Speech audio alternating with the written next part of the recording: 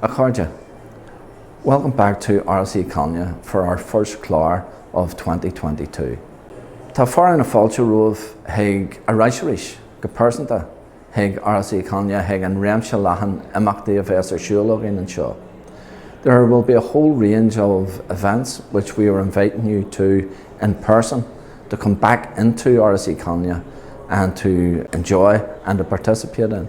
Tá muidir bís ar fad faoin Clár an Nearry sugin anseo an Áras Uí Chonghaile. We're really excited about this year's spring programme here at Áras Uí Chonghaile.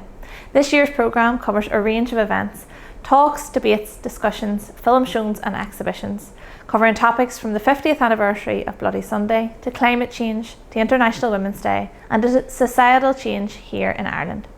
If you're wanting to find out more about what's happening or how to register, you can find out all on our website arasuichonghaile.com. Bígí lena cháirde, please do come and join us for this year's Clár an Nearry.